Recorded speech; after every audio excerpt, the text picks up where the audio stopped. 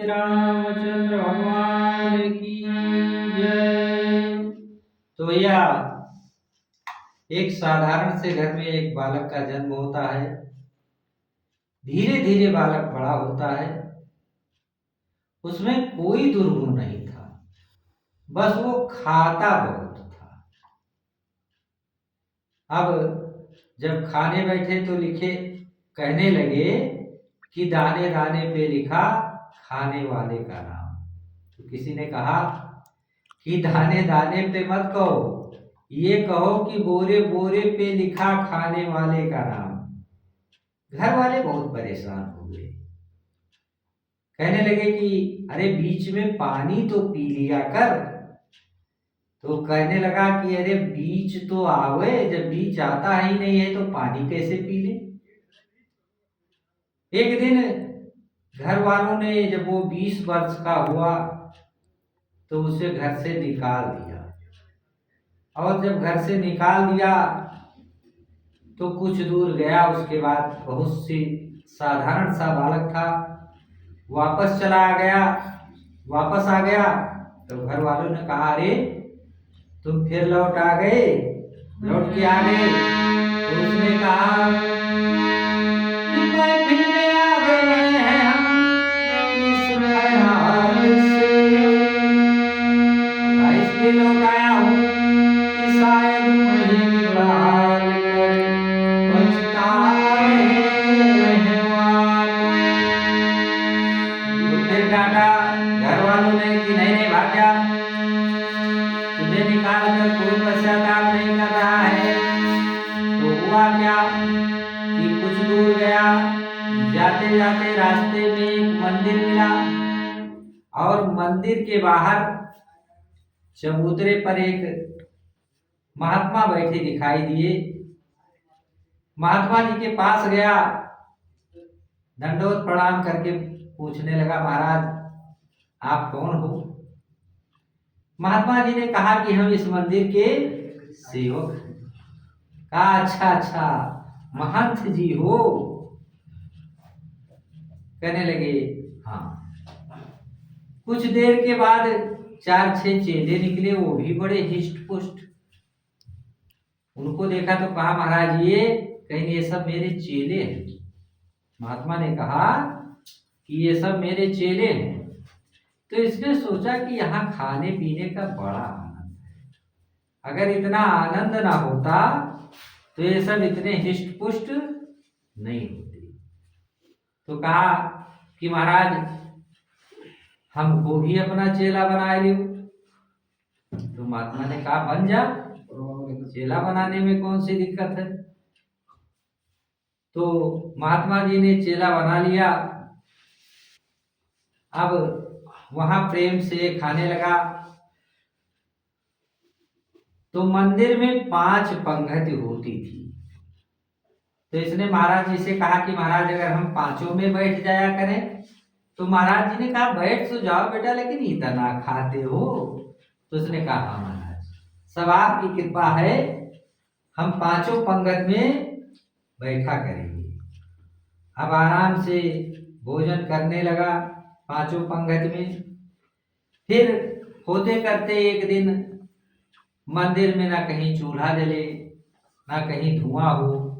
जिसको देखो वो सीताराम सीताराम सीताराम सीताराम करते हुए माला लिए बैठे रहे। तो गया महाराज जी के पास। उसने कहा कि महाराज आज तो मंदिर में ना चूल्हा जल रहा है क्या? भंडारी भी सीताराम कर रहे हैं। तो महाराज जी ने कहा बेटा आज एकादशी है, एकादशी के दिन अन्न का जो है मंदिर में प्रसाद नहीं बनता है। तो इसने कहा गुरुजी कैसे काम चलेगा। तो गुरुजी ने कहा कि अब तो तुम हमारे चेले हो गए हो, वैष्णव हो गए हो, तुम भी एकादशी का व्रत करो। तो इसने कहा कि महाराज और चेले हैं उनसे करवाओ, मुझसे ना करवाओ, क्योंकि अगर मैं आज एकादशी का व्रत कर लूंगा तो कल मैं द्वादशी देख ही नहीं पाऊंगा। तो महाराज बड़े संकोच में पड़े कि अब किया क्या जाए। तो महाराज ने कहा भोजन बना लोगे? तो इसने कहा हाँ बना लूंगा, मरता क्या ना करता। तो इसको आटा, गुड़, घी, राम रस, आलू इत्यादि दे दिया और कहा कि जाना नदी के किनारे बैठ के भोजन बनाना और ठाकुर जी का भोग लगा देना। गया, नदी के किनारे बैठ के भोजन सिद्ध किया और जब सिद्ध कर लिया, बना लिया, तो इसको याद आया कि गुरु जी ने कहा था ठाकुर जी का भोग लगा लेना। तो इसको और तो कुछ पता नहीं था। इसने कहा कि राजा राम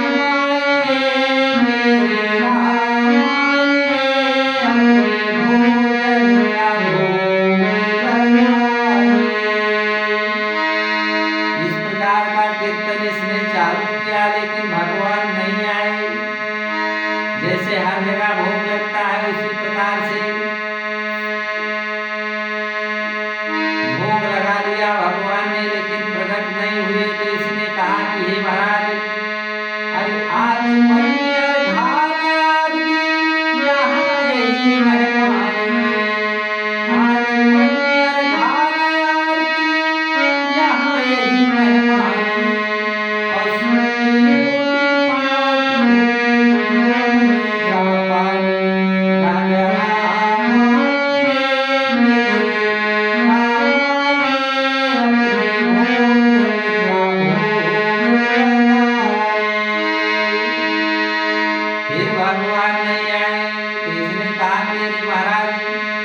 मंदिर में तो आपके बड़े ठाट है, लेकिन यहाँ ना तो आजमनी है, ना अर्घा है, ना आरती है। यहाँ इतनी मेहमानदारी है कि शुरू की रोटी पाओ और नदी का पानी पियो। फिर भगवान नहीं आए तो क्या हुआ महाराज? फिर भक्त ने कहा कि भूल करोगे जो तरियोगे,